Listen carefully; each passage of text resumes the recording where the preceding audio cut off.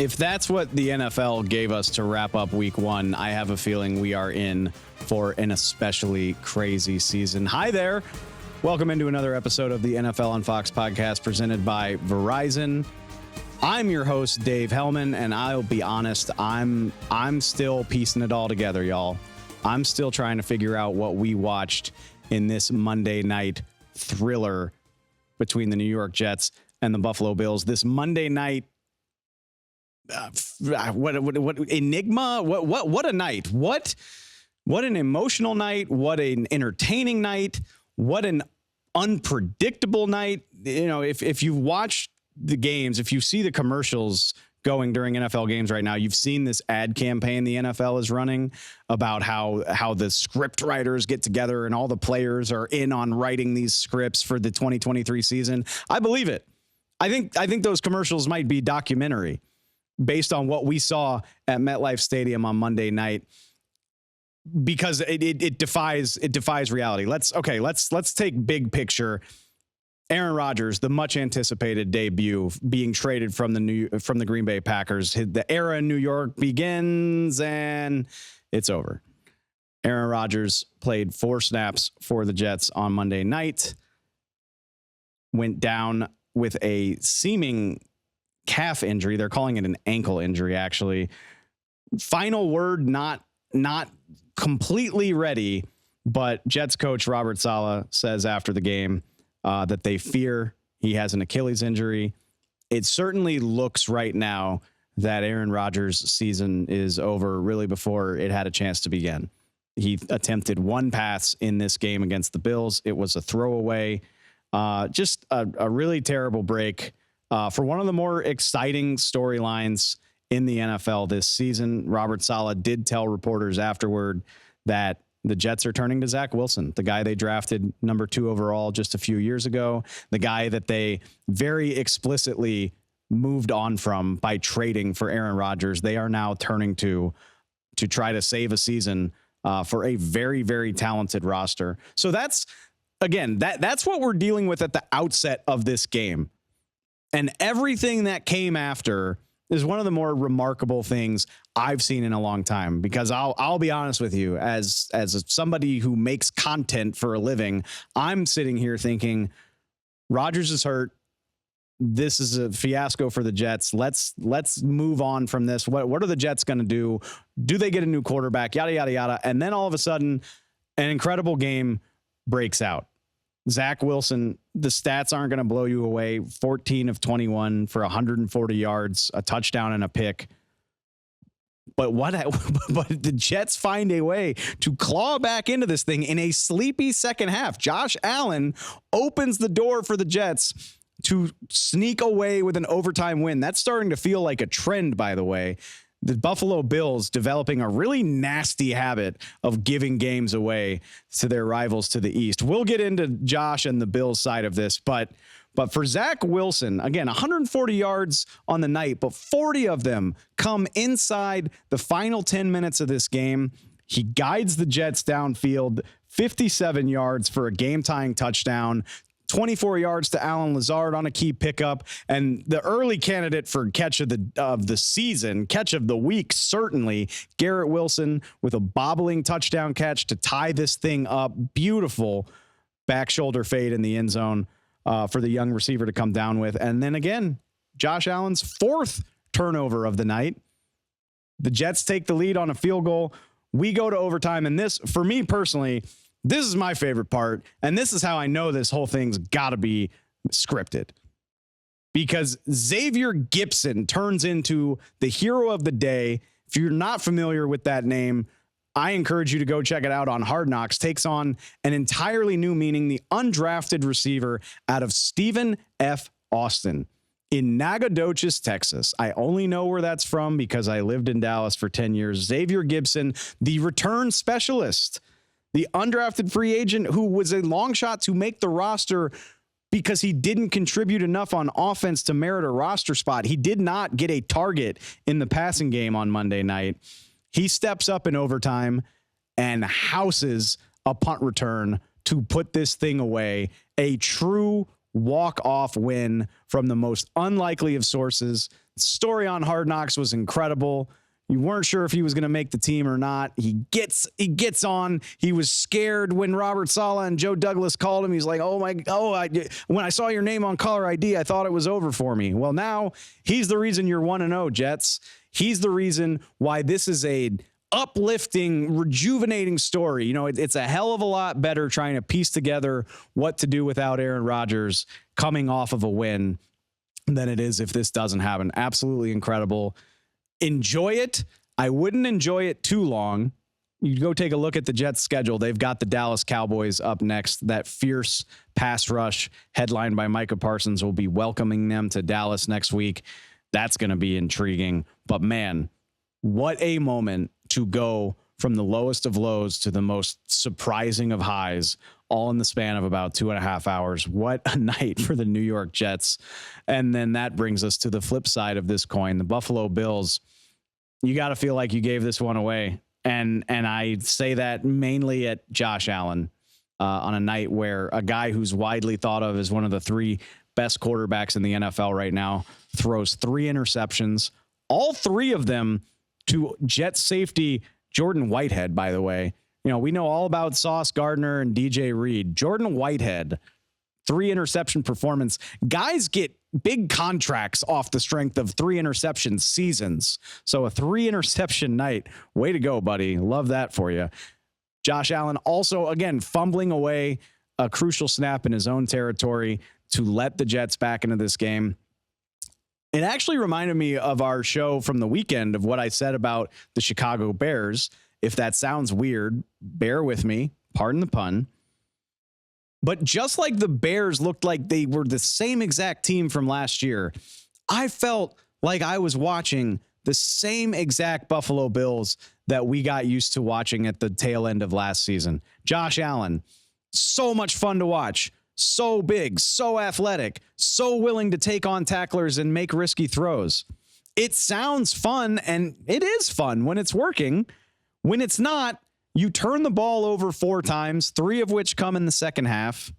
You take unnecessary hits. You know, that's the funny thing for me is we spent all offseason listening to Sean McDermott and Bills brass talk about how Josh Allen's getting older. He knows he needs to take fewer risks. He knows we're counting on him. Dude was looking for contact on Monday night, somersaulting over people, deciding not to go out of bounds so he could plow over linebackers. It's fun to watch until it's not. I mean, again, we just saw, unfortunately, what it looks like when a team loses their quarterback to a serious injury. I don't want it for Josh Allen. I'm not trying to be dramatic, but at some point, these hits start to take a total. The recklessness shines through from last season. Josh Allen is one of only 2 quarterbacks that has thrown 3 picks in this young season. Ryan Tannehill is the only other one. Actually, only 5 quarterbacks threw multiple picks in week 1. And 2 of them are young players, like Josh Allen keeping company with Bryce Young and Kenny Pickett, who are in seasons 1 and 2 respectively. Not what you want from your franchise guy. Other aspects of this thing looked equally troubling. The Bills spent a lot of resources trying to revamp their offensive line. 5 sacks on the night. The running game was supposed to be more physical with James Cook, Latavius Murray, and Damian Harris. Non-Josh Allen ball carriers averaged 3.8 yards per carry in this game. The running game didn't look any better. The offensive line didn't look any better. And I get it. This is one of the best pass rushes the Jets will play. And the Jets pass rush looked every bit as impressive as we thought it might be. 4 different guys have sacks. 6 different guys have tackles for loss. I already mentioned the interceptions. At the same time, it's Josh Allen. This is a guy who's supposed to contend for MVPs. Could not keep the pocket clean. Josh Allen looking to bail from the pocket as early as possible on a lot of his dropbacks. Carried the ball 6 times for 36 yards. And again, seemed like a lot of unnecessary contact. There's still a lot to like. Without Von Miller, I was impressed by the Bills pass rush. I was impressed by guys like Gregory Rousseau, even AJ Epinesa getting in on it. There is stuff to like about this team, but it just reminded me of last year. It reminded me of the team that exited in the divisional round. And we're supposed to have higher standards for the Bills. again, speaking of 2022, I already said this, but this is a team that messed around and found ways to lose to the Jets last year. You'd like to think if Zach Wilson takes over 5 snaps into the game that you're going to have a good shot to get a win, and the Buffalo Bills gave it away. Not going to panic too much because we've seen the highs that Josh Allen is capable of. We've seen what this team looks like when he's clicking, but this was anything but. You get the Las Vegas Raiders at home next week with a chance to rectify it. I like their odds to do that, but the beauty of the NFL is Raiders looked like an easy win last week, and maybe they still are, but they're heading in there 1-0, assuredly with a lot of confidence after a win against Denver. So, Josh Allen, I'm begging you, buddy, at the bare minimum, take better care of the football moving forward, or I think you're in for as equally a frustrating a season as we saw last year. I think that's everything that happened on Monday, at least in terms of current events. No, wait, I'm absolutely wrong. There's another gigantic news item. Chris Jones is back in the fold in Kansas City. Funny how that happens. The Chiefs lose their season opener 21-20 to Detroit. And the $30 million defensive tackle, Chris Jones, who famously watched that game from the stands, is back on a 1-year extension. I joked about this at the time. As soon as Andy Reid decided that trying a 4th and 30 with Patrick Mahomes was more worthwhile than trusting his defense, you knew Chris Jones wasn't going to be gone for long. I'm very curious to see what this deal looks like. The word on the street is that there are incentives built into this thing. I would love to know what those incentives are. Chris Jones had 15.5 sacks last year, so he could hit them and potentially make himself a lot of money. Great news for Kansas City. I said it after the Lions game.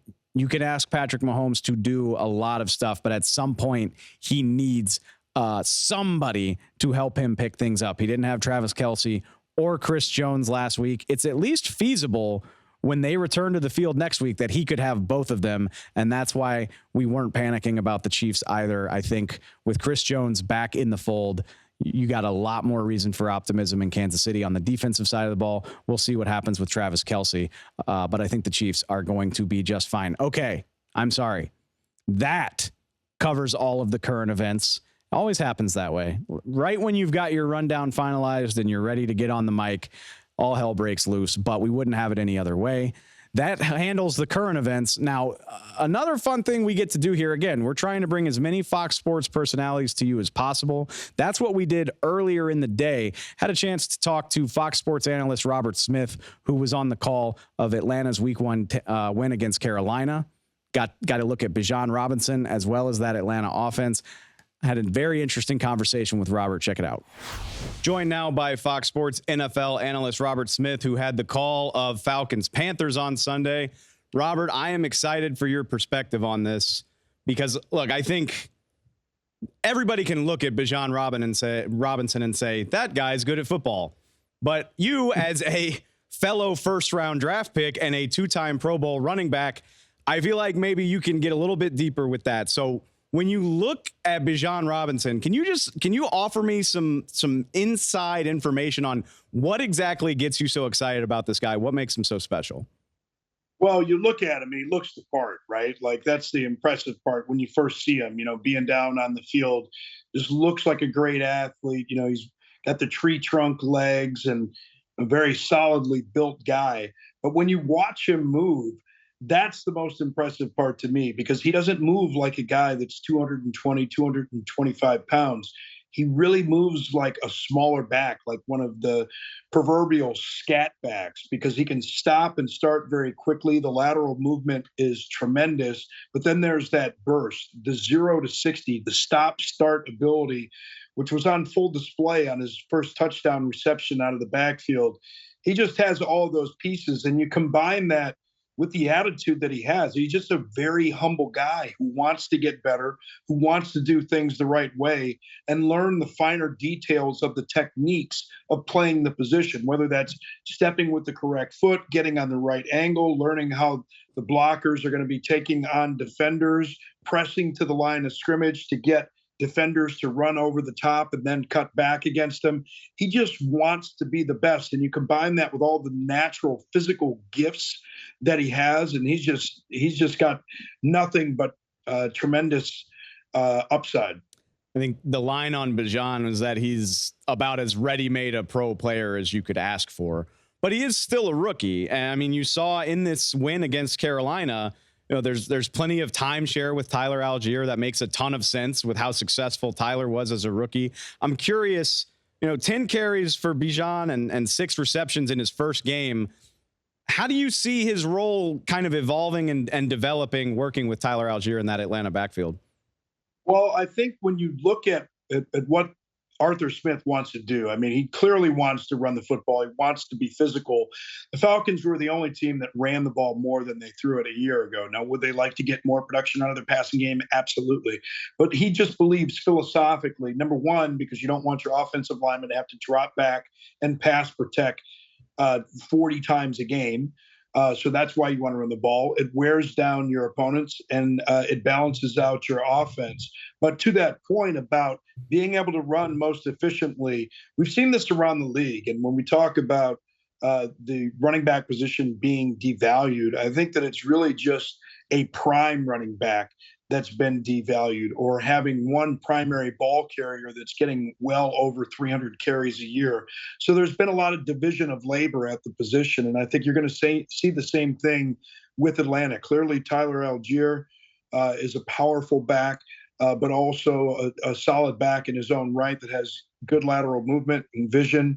And it allowed him to get over 1,000 yards rushing as a rookie a year ago. And as good as Bijan is, the guy's going to need a rest. So I think the splitting the carries is something that we'll see all year long. Although I would expect that Bijan is going to be getting the bulk of those carries at some point this year. I'm glad you touched on the passing game, because that's where I want to go next. And look, as a former player, I get it. We're not apologizing for wins in the NFL. Ever. But I did think the discourse coming out of this game was interesting. Drake London is targeted one time, finishes without a catch. Even Kyle Pitts finishes with just 2 catches for 44 yards. And look, I get it. We're not playing fantasy football, but even with as run heavy an offense as Atlanta likes to use, you're probably still going to want to get more out of such talented options in the passing attack. And I'm curious what you saw from Desmond Ridder, what you saw from this passing offense, and do you think they can, you know, evolve and get a little more multiple as we move forward in the season? Yeah, and I don't want to give anybody excuses, right? But Carolina is a really good defense as well. You know, Brian Burns playing for a contract, Frankie Louvu. You know, they've got some tremendous players on that team that can really get after the quarterback. So they were able to get some pressure on Desmond Ridder. And Desmond Ridder just looked a little bit uncomfortable in the pocket. He did have 4 starts a year ago. And, you know, one of the unusual parts, you talked about the number of times Drake London was targeted in this game, just the one time. And you look back at those 4 starts a year ago, I believe that Drake London was targeted at least 8 or 9 times, and every one of those starts got a lot of receptions. And so it was clear that those two developed a relationship, came in as rookies together in Atlanta. And so I was surprised to see that he didn't get the ball more, did have the one long throw to Kyle Pitts, but I don't think it was the best throw. It was really Kyle Pitts making a nice adjustment on the ball and some poor play from the defenders, and it was actually a penalty on the play on that throw to Kyle Pitts on the long one. But I think you're right. They have the guys there. And the one thing about this pass receiving core, I know he's listed as a tight end, Kyle Pitts, but he's more of a receiver threat. But you're talking about fourth there. You're talking about Drake London at 6'5". You're talking about Matt Collins at 6'4". You know, you got a lot of tall receivers. So if they can get the time and if they can get the scheme right, it seemed like there at times we had receivers in the same place, and it's kind of hard to tell how things like that come around because you're not around during the course of the week. You're not hearing how things are being taught. They seem like some concepts that didn't make sense. So it may have been that receivers were just in the wrong place, quite frankly, which is a bit surprising as well. But they're definitely going to need to get more out of that passing game. But it starts up front. They're going to have to protect Desmond Ridder, get him a little bit more comfortable standing in the pocket. But then he has got to do a better job of sliding and maneuvering in the pocket when he needs to. Fun thing about the NFL is all of a sudden that Atlanta Green Bay game is between two 1-0 teams. So I can't wait to see how they respond. Flipping to the other side of this Carolina Atlanta matchup, you make a great point about the Carolina defense. All in all, a pretty solid day from those guys, but a very up and down day in Bryce Young's debut. They finished with just 10 points. It looked like there were some flashes from Bryce. I mean, the touchdown pass to Hayden Hurst I thought was impressive, but clearly 10 points isn't what you're looking for in the NFL. Overall, what were your thoughts on Bryce's first start? Yeah, well, I think that what stands out, unfortunately, when you're a quarterback, this is what happens. It's not just how good you are at your best; it's how low you get and the number of mistakes you get or the types of mistakes you get at your worst. And throwing two interceptions that were very similar type mistakes. That's the problem. Now, it looked like on the first one, he's thrown across the middle. And I believe that one was to Hayden Hurst. He was attempting to get to Hayden Hurst. And you could see that he's reading from right to left. And sometimes when that happens and you're throwing the ball late over the middle with a read that starts from the opposite side of the field, you're going to miss sometimes that safety that's playing on the backside hash. And you're not going to see that guy. And I think that's clearly what happened on that play. But you just have to beware. Whenever you're throwing a crossing route, you can't just watch a trailing defender. You have to see what's in front of the wide receiver. Because number one, you throw him into a headache. Number two, it's even worse, throwing the ball to the other team. And that's what happened on the play. And then the second one to Terrace Marshall, it looked like he was reading from that side of the field. So his eyes should have scanned across Jesse Bates, who was sitting in almost the identical position that he was in when the pass was intercepted that was intended for Hayden Hurst. He's sitting at the left-hand side for Bryce Young as his eyes are scanning from the left. So you have to be able to see that before you make that throw. And, other than that, it seemed like he was getting rid of the ball the way that he wanted to. Protection was decent, and he was making some good throws, throwing the ball away when he needed to, seemed to be making some smart decisions, but you just can't afford to do that. And he'd be the first one to tell you it's not just the mistakes you made that you need to move on from, but making sure that you don't repeat the same mistake. Sounds like rookie quarterback evaluation is going to be the name of your game here for the first little bit of the season. Your week 2 call, Anthony Richardson and the Indianapolis Colts taking on C.J. Stroud and the Houston Texans. I know it's early in the week. I'm sure you haven't had time to dive into all the particulars, but when you get into the tape of these first 2 games for these rookie quarterbacks, what are you looking for from those 2 performances as you get ready to call this second start for these 2 young guys? Yeah, it's really about decision making and execution. What does their footwork look like? And now how calm they are in the pocket is oftentimes dictated by how good the protection is, quite frankly. But as they work through their progressions, are they going to work through the progression, keep their eyes downfield and try and still make a completion, or are they going to panic and just run? So I think that's the big thing with these 2 quarterbacks. Now, it seems like Anthony Richardson probably had the best day of the rookie quarterbacks, 24 for 37, I believe, in the game against Jacksonville. Yep. Did take off and run a few times, had to leave the game, just taking some huge hits. I mean, he's 6'4", approximately 250 pounds. We know about all the measurables, but you have to learn to play the position. You have to learn how to throw from the pocket, because quarterbacks ultimately are ranked by how they play in money downs, in red zone, and in 2 minutes. So in those situations in particular, how are those guys going to play? I couldn't be more excited. I mean, the first 2 weeks of the season, we get the number 1 overall pick, the number 2 overall pick, and the number 4 overall pick. It's really exciting. I mean, it's fun to think. I mean, where any of these guys' careers go, Bijan, Anthony Richardson, C.J. Stroud, wherever we go from here, you get to have those moments that, I mean, you're going to be on the call for some of their very, very first NFL action. I got to imagine that's exciting. It's unbelievable. There's only 16 games in the NFL a week, right? And we get to call one of those games. I mean, it really is an honor, but it's a pleasure to, in my role, is doing a little bit of both, being able to see some guys at the college level, and then being able to see guys at the NFL level, and watching them make that transition. It's an incredible job, and it's an incredible opportunity to see guys, as you say, at the very start. And we know that it's not easy. Even a guy like Peyton Manning threw 28 interceptions, which I believe record 28 interceptions.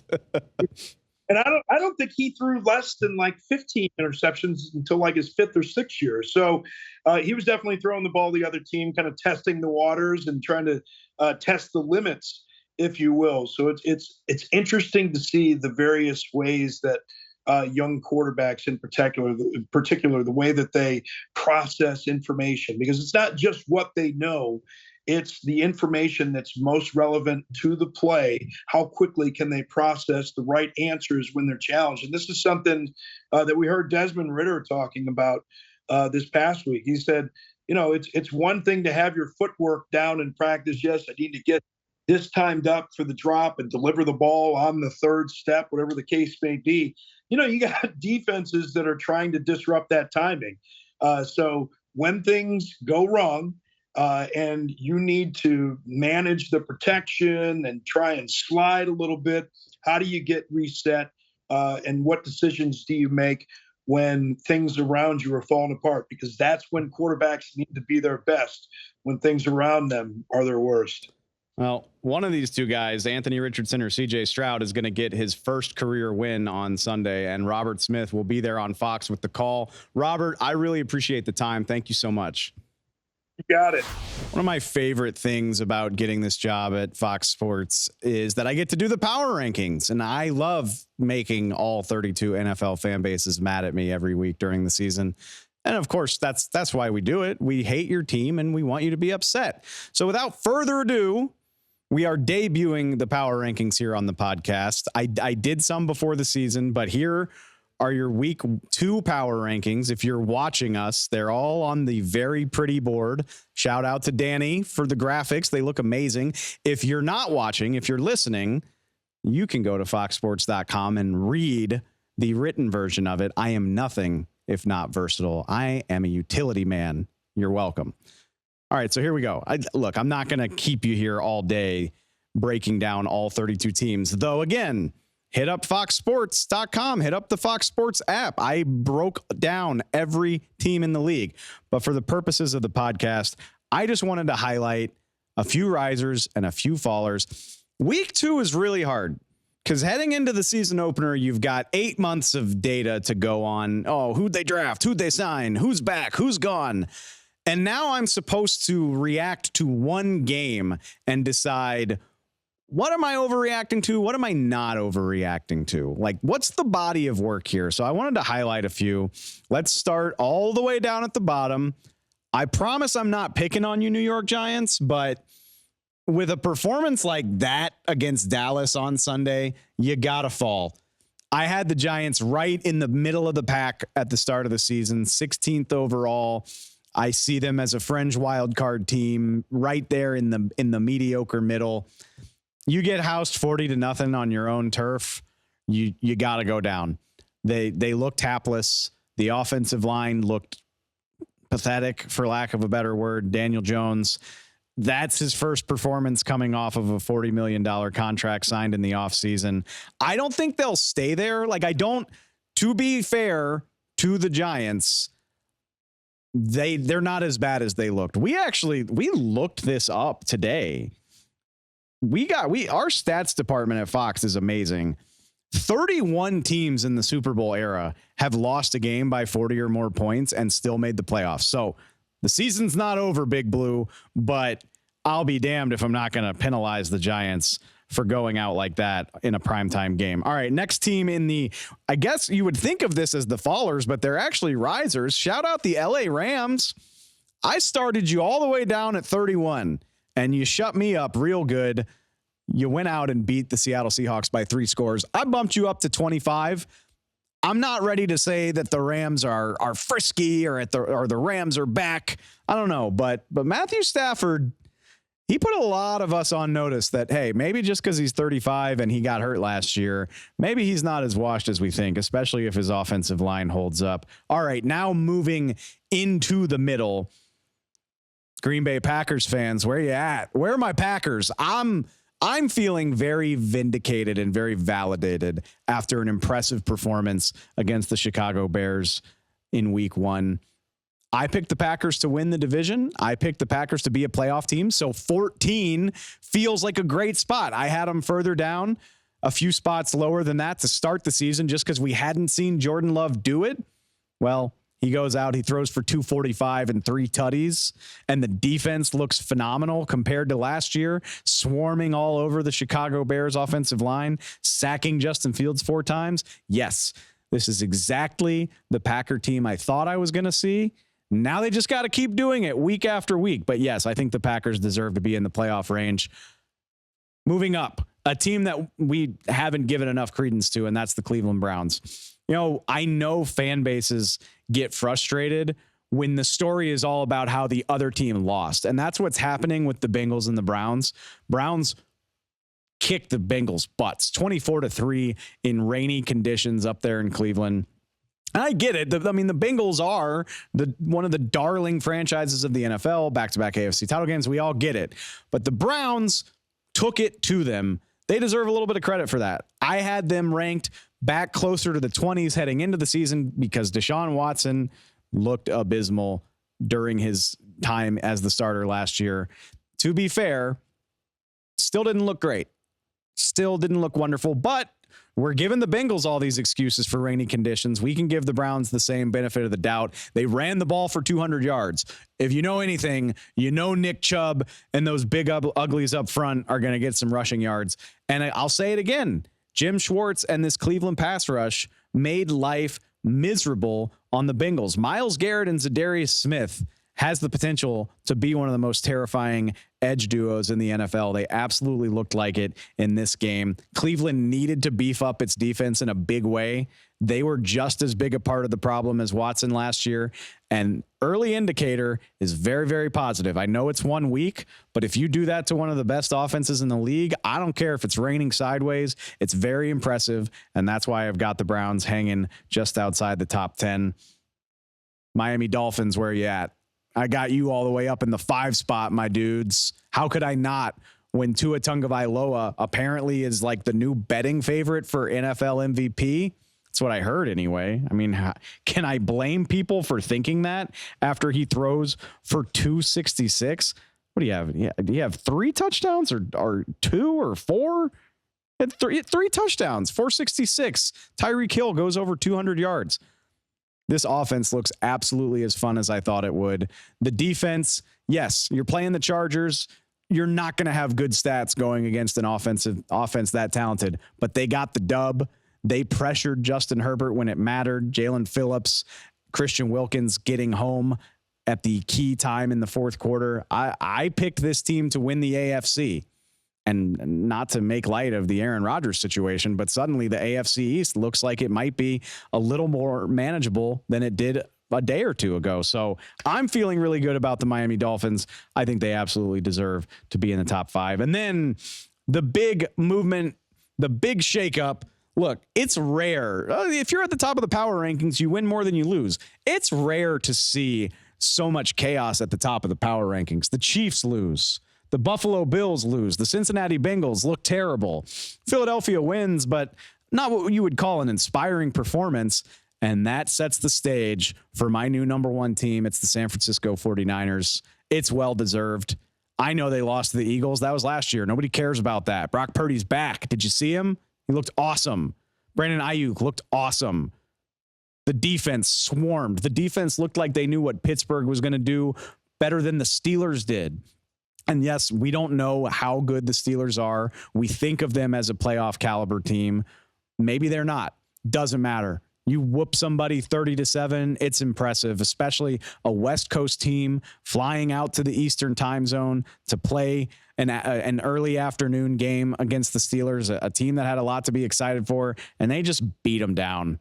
And Brock Purdy looked great doing it. That was the big part. We talked about it in yesterday's show. The big question was whether the second-year quarterback was going to look good. He looked great. I'm sorry to the Birds fans and the Chiefs fans and the Dallas fans that want me to say otherwise, but the 49ers are absolutely deserving of grabbing the top ranking heading in to week 2. That does it for our show. We're taking a day off, but don't worry. We got plenty more content. We will be back on Thursday. We got a lot to get into, a juicy week 2 matchup. This has been the NFL on Fox podcast presented by Verizon. Thank y'all so much for tuning in. Go find us on Spotify, Apple Podcasts, Instagram, whatever we're calling the tweet app right now. I don't know. Facebook. You see if you're watching, you see all the logos there. Please go find us. Follow along this season. We really appreciate it. I will catch y'all next time.